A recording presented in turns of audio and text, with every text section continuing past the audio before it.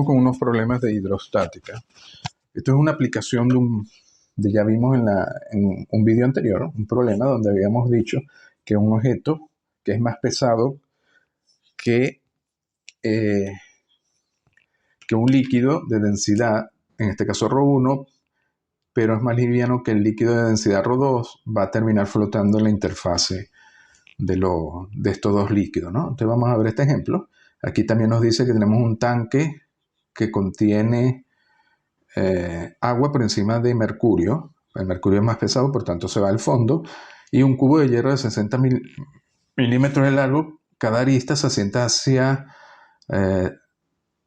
asienta derecho en equilibrio en los dos líquidos y por tanto se asienta en la interfase de los dos líquidos, porque el hierro es más pesado que el agua, pero es más liviano que el mercurio. Encuentre cuánto se asienta en cada líquido. En este caso medimos desde esta interfase en la distancia X. Las densidades del hierro y el mercurio son 7,7 y 13,6. Y la del agua, por supuesto, es 1. Serían 1000 kilos por metro cúbico. Entonces tenemos aquí un pequeño bloque de hierro con las dimensiones 60, 60 y 60, con densidad 7,7 gramos por centímetro cúbico. Bueno, y tenemos entonces la densidad del agua, que es 1, la del hierro, que es 7,7, y la del mercurio, que es 13,6. Entonces primero vamos a calcular la fuerza vertical neta debido a los líquidos. Tenemos aquí el bloque de hierro y sobre las dos caras de arriba y de abajo actúan las presiones P1, P2. Tenemos el peso del líquido y sabemos entonces que si está en equilibrio, la fuerza que actúa sobre esta cara menos la fuerza que actúa sobre esa cara debe ser igual al peso.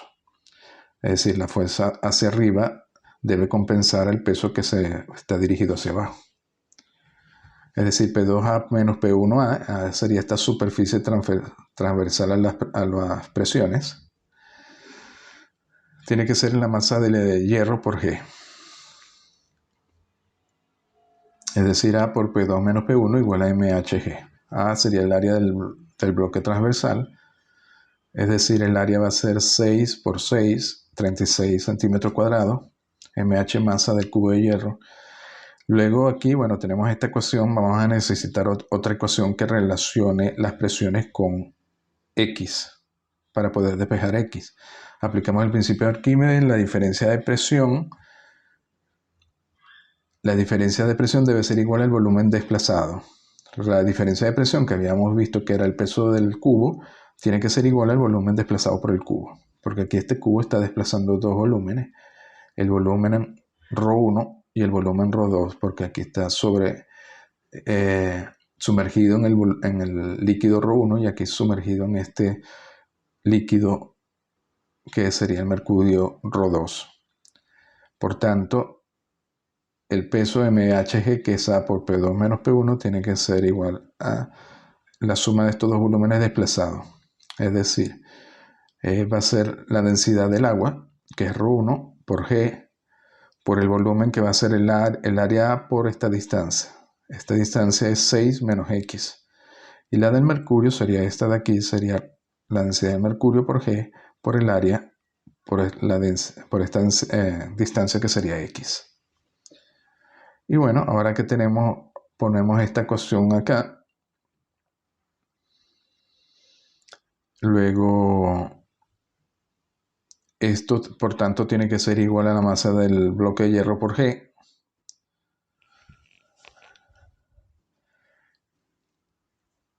Y de aquí ya podemos entonces la masa del bloque de hierro. Evidentemente va a ser la densidad del hierro por su volumen. Tiene arista 6, sería 6 al cubo. Y aquí sustituimos estas densidades y ya podemos despejar X. Y X efectivamente nos da 31,9 milímetros. Aquí sumergido en el mercurio, o 28,1 milímetros flotando sobre el agua. A ver, aquí nos dicen que tenemos un tubo pequeño que se comba en un círculo de radio R. Esto sería un tubo cuyo plano es vertical. Esto estaría en la vertical. Encuentre el volumen de los dos líquidos cuyas densidades son ρ y sigma, que llenan la mitad del círculo. A ver, estos dos líquidos, este que tenemos aquí, densidad ρ, y este otro que tenemos aquí, densidad sigma, llenan la mitad del tubo. Encuentre el ángulo que hace con la vertical el radio que pasa por la interfase de los dos líquidos. Aquí sería la interfase. Aquí tenemos un líquido pesado, el líquido liviano. La interfase sería aquí y este es el ángulo θ que hace con la vertical. Igual volúmenes de los dos fluidos llenan el tubo, es decir, como esto llena la mitad del círculo, los volúmenes son iguales, esto sería un cuarto de círculo y esto sería un cuarto de círculo. Bueno, trabajamos con aquí lógicamente tenemos que trabajar con la fuerza de torque alrededor de este punto A. Los pesos de los dos líquidos ejercen torque alrededor de A, es decir, este líquido en su centro de masa estaría acá, va a ejercer un torque sobre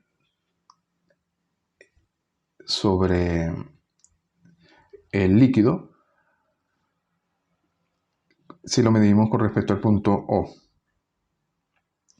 Igual este centro de masa de este otro líquido, tendríamos esta distancia con respecto a este eje que pasa por el brazo del torque sería de aquí a aquí horizontal, porque la masa actúa verticalmente. Igual aquí tendríamos el brazo del torque sería esta distancia con respecto al eje que pasa por O. Luego tenemos otra fuerza que sería la fuerza del contenedor, que son normales a su superficie, es decir, son radiales. A ver, esto sería el contenedor, que como es un círculo, la dirección normal al círculo siempre es la dirección R o dirección radial. Y no ejercen torque, pues todas pasarían por O. Todas estas fuerzas pasarían por el punto A. Entonces aplicamos la ecuación de equilibrio rotacional, que dice que la sumatoria de los torques tiene que ser en este caso 0. Esto ya no se está moviendo. Y por tanto tendríamos el torque debido a este peso. Sería ρg por el volumen por el brazo del torque. A ver, aquí tendríamos aplicada este peso ρgb y el brazo del torque sería esta distancia. Si esto es R, este ángulo es 45 menos θ. Recuerden que esto ocupa 45 grados, un cuarto de círculo. Igual esto ocupa 45 grados. Entonces, el centro de masa estaría en la mitad de estos 45 grados. Perdón, esto ocuparía 90 grados porque sería un cuarto de círculo y esto es 90 grados. El centro de masa estaría a la mitad, o sea que ocuparía 45 grados. De aquí a aquí hay 45. Por tanto, este ángulo interno que nos interesa sería 45 menos θ. Sería este ángulo de aquí interno. Entonces tenemos 45 menos θ. Si esto es R, esta distancia horizontal sería R seno de θ 45 menos θ. Igual lo hacemos para este lado, solo que la distancia de aquí hasta el eje vertical ahora se halla con R seno de 45 más θ, porque sería 45 más este ángulo θ. Y bueno, y ya de aquí, fíjense, ya podemos despejar θ.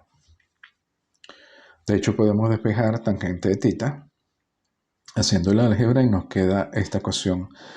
Entonces, tangente de θ va a ser función de las densidades, ρ menos sigma entre ρ más sigma. De hecho, podemos verificar qué pasa si ρ es igual a sigma, tenemos el mismo líquido. Esto ya serían líquidos iguales, entonces este no empuja a esta columna de líquido y quedarían horizontales ambas. Y por tanto la interfase quedaría aquí en la vertical y θ tiene que ser 0. Si ρ es igual a sigma, θ daría 0. A ver, aquí nos dicen que tenemos agua retenida por una pared vertical con profundidad h.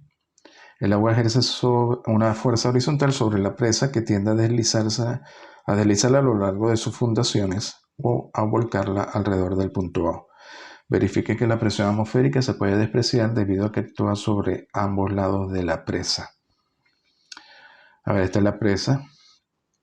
Tenemos aquí una superficie que sería vertical, en este caso plana, y esta superficie curva. La presión atmosférica actúa aquí sobre la superficie del agua y esa presión atmosférica se transfiere a todos los puntos de la pared vertical. Aquí la presión habíamos dicho que era la presión atmosférica más la profundidad. el efecto de la profundidad, que es ρg por y. Y lo medimos desde la superficie.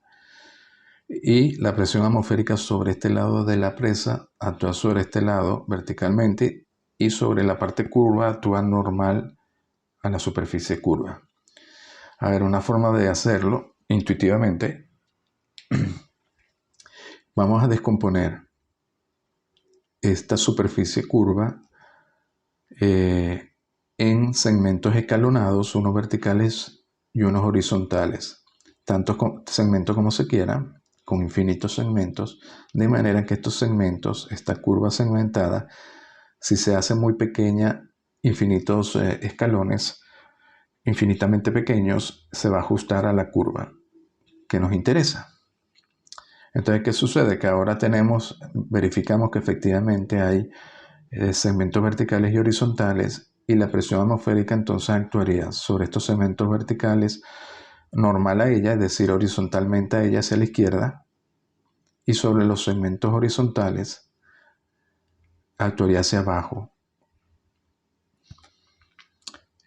Los segmentos horizontales, la presión atmosférica lo que hace es empujar la presa hacia abajo, y estos horizontales empujaría la presa hacia la izquierda. Y sobre esto vemos que la presión atmosférica se transmite a través del agua y siempre es P0 sobre este lado vertical. Entonces tendríamos que sumar todas las fuerzas que se ejercen la presión atmosférica sobre estos segmentos verticales, es decir, la sumatoria de P0 por los deltas y sub i. Pero si al final P0 sale fuera, nos quedaría la sumatoria de los deltas y sub i. Pero esta suma vertical daría precisamente la altura vertical h. Entonces, efectivamente, la presión o la fuerza que se ejerce sobre esta pared a la izquierda va a ser P0 por la superficie, que es h por la profundidad L, hacia la izquierda o hacia la derecha en este caso, y sobre esta superficie a la derecha va a ser también P0 h por L. Entonces, efectivamente, están en equilibrio y la presión atmosférica no tiene ningún efecto. Y luego la curva segmentada escalonada se puede ajustar a la curva de la represa tanto como se quiera, haciendo los segmentos verticales tan pequeños como se quiera. Ahora vamos a ver una aplicación de esto. Nos dice que tenemos una copa cónica donde R cumple esta función y descansa sobre el extremo abierto hacia abajo sobre una superficie plana suave. Tenemos esta superficie cónica, aquí está abierto, pero está sobre una superficie plana suave. En este caso sería un círculo, ¿no? Esto sería un cono de base circular, como los vasos con los cuales uno toma agua, que son cónicos. Y nos dice que la copa está llena hasta una altura h con líquido de densidad ρ. ¿Cuál es la fuerza de elevación de la copa? A ver, esto está lleno con agua, está conteniendo esta agua hasta una altura h. Y nos dicen que calculemos la fuerza de elevación de la copa tomando en cuenta que el peso de la copa lo despreciamos como si no tuviera peso, ¿no? Entonces este ejercicio es un poco contraintuitivo, porque si la copa no tiene peso, uno podría pensar, no, bueno, para elevar esto simplemente no necesitamos fuerza porque la copa no tiene peso. El agua que la está conteniendo, fíjense que su peso iría verticalmente hacia abajo, entonces en principio uno podría pensar que no afecta a la copa. Pero ahora vamos a verificar que efectivamente habría falta una fuerza Fy hacia arriba debido al agua que contiene, al peso del agua que contiene, ¿no? Aquí, de nuevo, nos ponemos sobre este lado, aquí ponemos esta superficie del agua. Esta sería la altura h del agua, medimos y desde la base, y igual a 0. Y fíjense que podemos intuir de que si hay que ejercer una fuerza Fy, usamos lo que vimos en el problema anterior, descomponemos esta superficie cónica, en este caso la superficie lateral, en escalones verticales y horizontales. Y de nuevo, si verificamos que estos escalones horizontales, que están a una altura y o una profundidad h menos y, van a sentir cada uno una fuerza ρg por h menos y dirigida hacia abajo. Es decir, esta pared que la hemos dividido en segmento escalonado, la pared interna de la superficie cónica, efectivamente va a sentir una fuerza si usamos este método de descomponer la pared en segmentos escalonados. Bueno, el diferencial de fuerza va a ser la presión a la altura y, porque varía con y la presión, por el diferencial del área. El diferencial del área sería un aro circular de ancho de r, porque consideramos esto en una altura y con un radio r y un diferencial de r. Sería este diferencial de r, lo hacemos coincidir con la parte horizontal del escalón. Entonces tendríamos aquí un radio r, el diferencial de r, entonces esta superficie de interés sería un aro circular de ancho de r. Por tanto, el diferencial de área sabemos que va a ser 2πr, que es la circunferencia por dr. Y este aro va a estar sometido a la presión ρg por la profundidad, que es h menos y. Entonces el diferencial de fuerza dirigido hacia abajo va a ser ρg h menos y por 2πr dr. Ahora tenemos esto en función de y y en función de r. Vamos a pasarlo todo a función de y, ¿no? Nos habían dicho que r se puede medir como b menos y tangente de alfa. Si lo sustituimos aquí, nos queda ya en función de y. Fíjense que r varía desde esta distancia desde el eje, desde r igual a 0, cuando y es igual a b, y es igual a b nos daría r igual a 0, y cuando y es igual a 0 nos daría b tangente de alfa, que sería la distancia de aquí a aquí. Sería este radio de la base. Bueno, aquí nos queda en función de dr, ahora hace falta poner dr en función de dy. Usamos la ecuación 4 derivando r. dr simplemente es menos de y, estos son constantes. Menos de y tangente de alfa. Sustituimos esto aquí y ya tenemos el diferencial de la fuerza vertical en función de y de el diferencial de y. Para hallar Fy simplemente integramos desde y igual a h, desde esta superficie hasta y igual a 0, de aquí a aquí. Y bueno, esta integral es muy sencilla y nos queda entonces la fuerza Fy. Entonces efectivamente esta fuerza Fy sería la fuerza que uno sentiría si tratamos de elevar esta superficie cónica hacia arriba, siempre que contenga agua, hasta una altura h. Fíjense que depende de la densidad, depende de h y depende de b y del ángulo θ. Ahora vamos a ver otro método, porque este método, digamos, no es físicamente muy intuitivo, porque es un método geométrico. Entonces vamos a ver otro método más físico. La fuerza total ejercida por la presión del fluido estático sobre el contenedor, es decir, la fuerza que ejerce debido a su peso, tiene que ser igual al peso del fluido. Es decir, la presión que ejerce esta agua sobre el contenedor nunca puede ser mayor que su propio peso. Tiene que ser igual a su peso.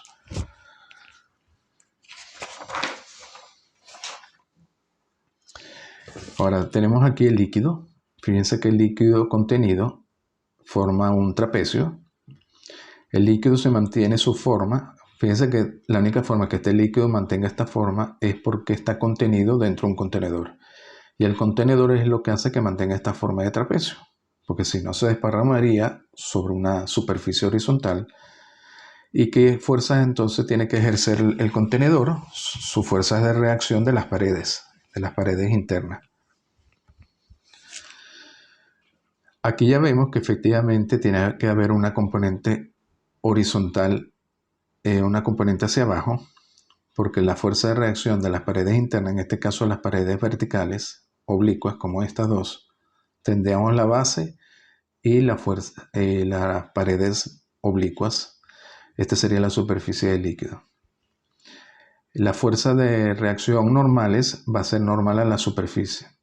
En este caso iría este lado iría hacia abajo y hacia la derecha, este iría hacia abajo y hacia la izquierda. Las fuerzas horizontales hacia la derecha y la izquierda se anulan y solo fíjense que van a quedar unas fuerzas verticales hacia abajo. Serían las FNY.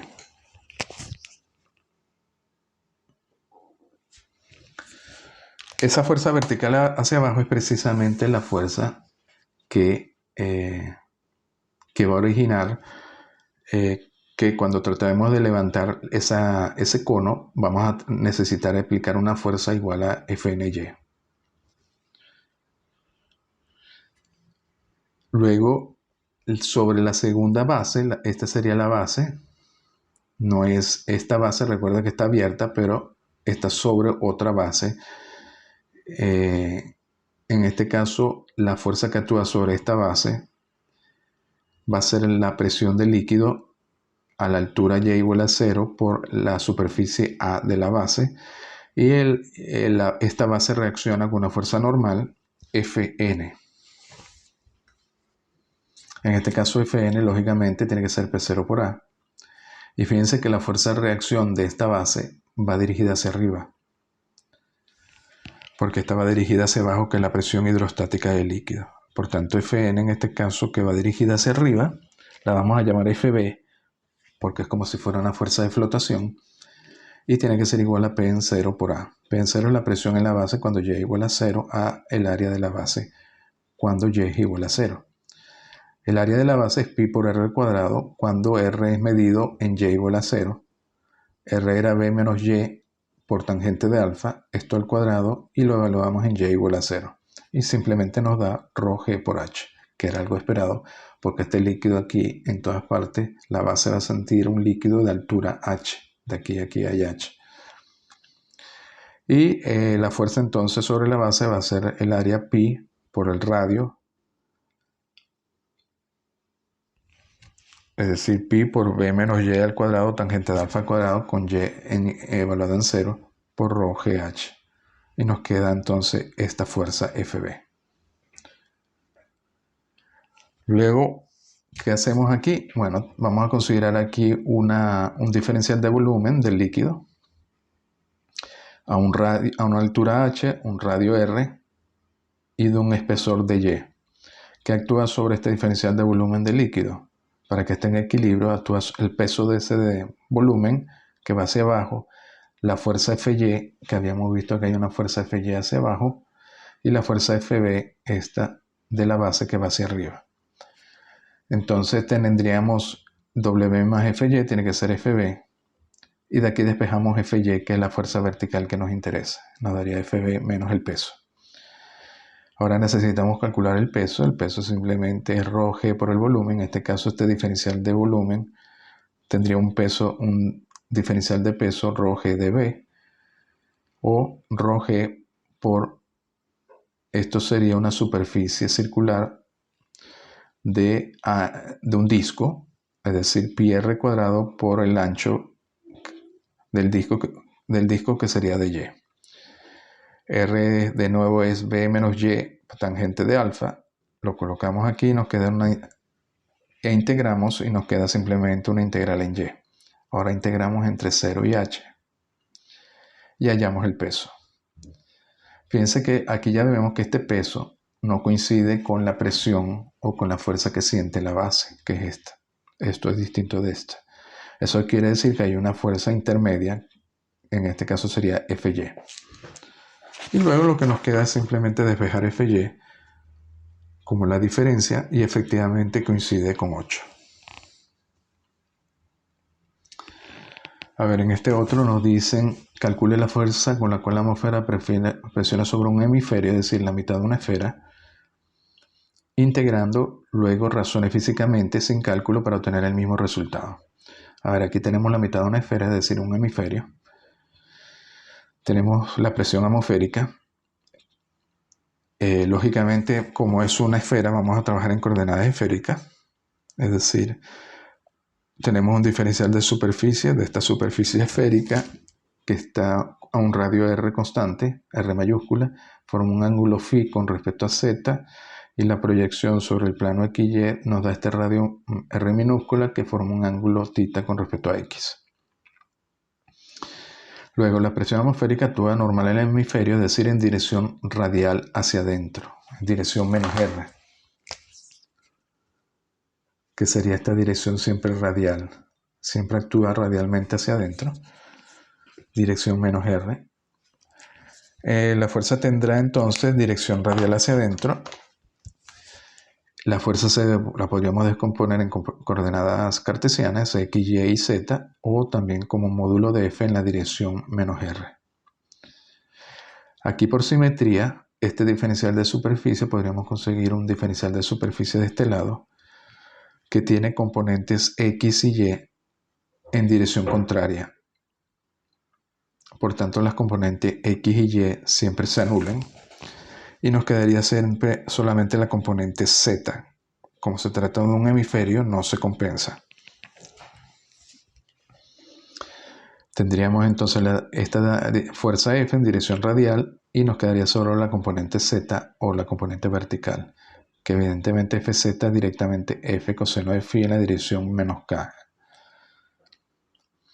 El diferencial de fuerza, por tanto, va a ser la presión atmosférica por ds, y el diferencial de fuerza vertical Z va a ser este diferencial de fuerza por el coseno de phi en la dirección negativa hacia abajo vertical.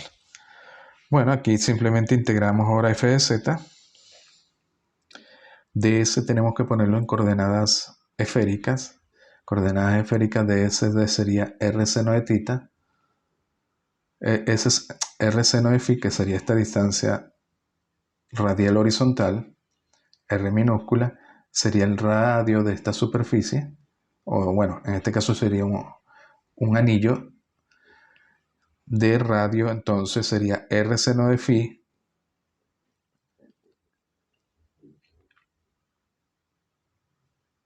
y el diferencial de superficie entonces nos daría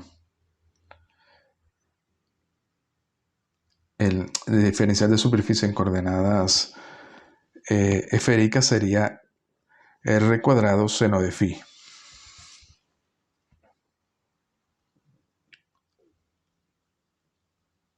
Esto lo multiplicamos por coseno de phi y al final nos queda entonces, sería R cuadrado seno de phi, el diferencial de superficie por coseno de phi. Entonces integramos simplemente con respecto a phi.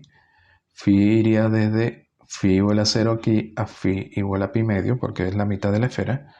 Se hace en la integración, esto es una integración del seno de phi, coseno de phi de phi. Esto lo pueden usar una tabla y les va a dar que la integración da simplemente menos pi r cuadrado por la presión atmosférica.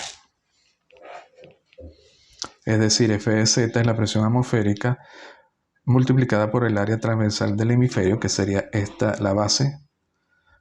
Como la f de z es vertical, la sección transversal sería horizontal y sería la base del hemisferio, que es un círculo de área r, área pi r cuadrado. El radio este de aquí a aquí siempre sería r mayúscula. Y si no usamos cálculo, hay otra forma de verlo. Una forma de hacerlo es, suponemos que el hemisferio no tiene peso. Este hemisferio o la semiesfera no tiene peso. Y vamos a considerar que tiene una base plana.